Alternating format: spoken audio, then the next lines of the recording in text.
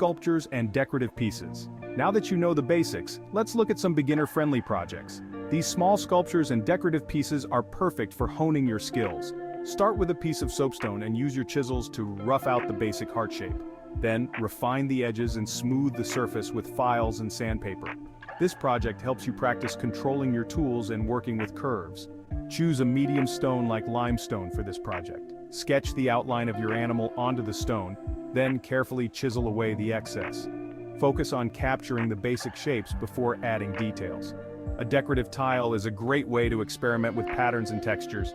Use flat chisels and rasps to create your design, whether it's geometric shapes, flowers, or something more abstract.